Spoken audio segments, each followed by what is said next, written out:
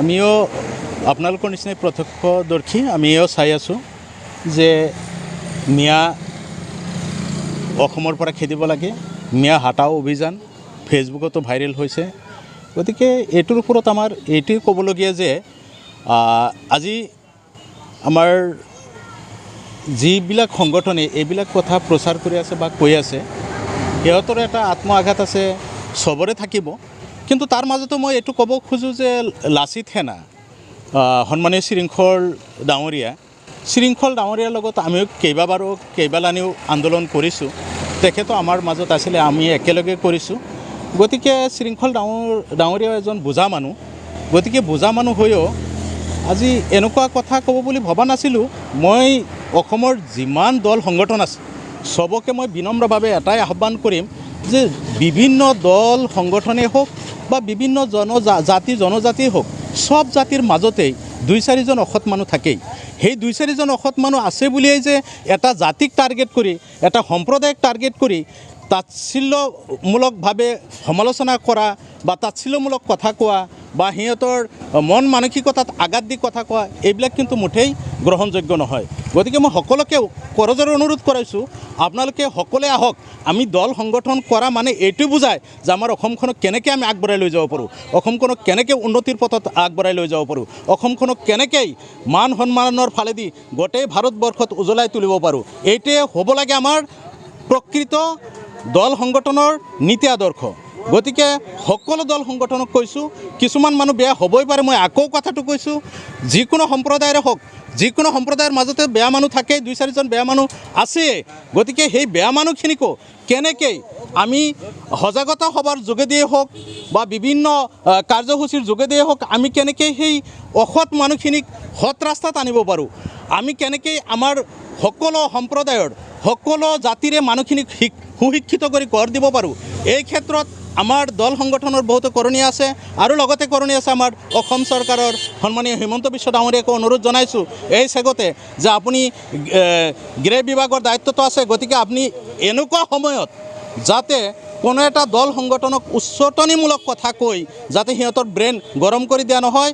আমি সকলোৱে ভাতৃত্ববোধেৰে আমাৰ অসমখনক কেনেকৈ আগবঢ়াই লৈ যাব পাৰোঁ, আমি কেনেকৈ অসমখনক সেউজ অসম বুলি বা সেউজ অসম হিচাপে গঢ় দিব পাৰোঁ, এইটোৱে হ'ল আমাৰ লক্ষ্য আৰু উদ্দেশ্য।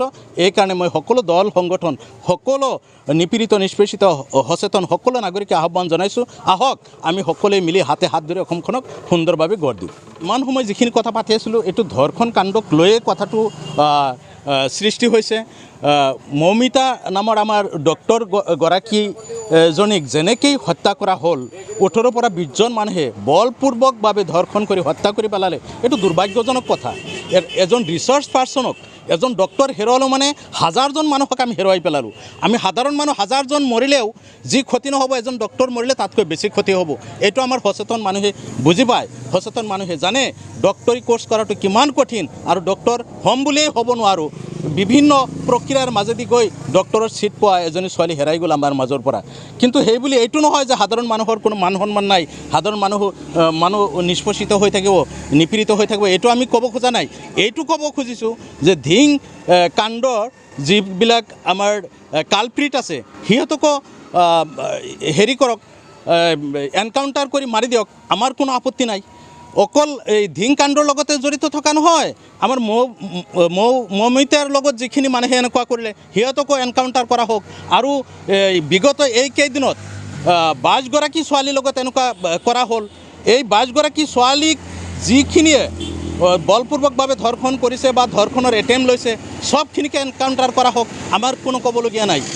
দুখীয়ে হয়, দুখীক আমি কোনোদিনেই বুকুত আঁকোৱালি নলওঁ আৰু আঁকোৱালি লোৱাৰ মন মানসিকতা নাই। কিন্তু এইটো নুবুজায় যে আমি বিভিন্ন দল সংগঠনে আমি অসমখনক অস্থিৰ কৰি ৰাখিম, কোনো এটা সম্প্ৰদায়ক আক্ৰমণমূলকভাৱে যাতনা দিম, এইটো যাতে কেতিয়াও নহয়, কোনেও যাতে আইন হাতত তুলি নলয়। এইটোৱে মই আজিৰ এই জ্বলন্ত সময়ত অসমৰ জ্বলন্ত সমস্যাৰ সময়ত অসমৰ জ্বলন্ত পৰিস্থিতি বেয়াৰ ফালে ঢাল খাবলৈ যোৱাৰ সময়ত মই আহ্বান জনাইছোঁ কোনেও যাতে আমি আইন হাতত তুলি নলওঁ আইনৰ কাম কৰিব এই ক্ষেত্ৰত সন্মানীয় DGP গৰাকীয়ে কঠোৰৰ পৰা কঠোৰতম ব্যৱস্থা হাতত ল'ব লাগে গতিকে গৃহ বিভাগৰ দায়িত্বত থকা সন্মানীয় মুখ্যমন্ত্ৰী ডক্টৰ হিমন্ত বিশ্ব শৰ্মাকো মই আহ্বান জনাইছোঁ অন্তঃস্থলৰ পৰা আপুনিও এই ক্ষেত্ৰত কঠোৰ হওক যাতে কোনো দল সংগঠনে কোনেও যাতে এইটোৰ সুযোগ ল'ব নোৱাৰে এইখিনি মোৰ কামনা যিকোনো খবৰৰ বাবে যোগাযোগ কৰক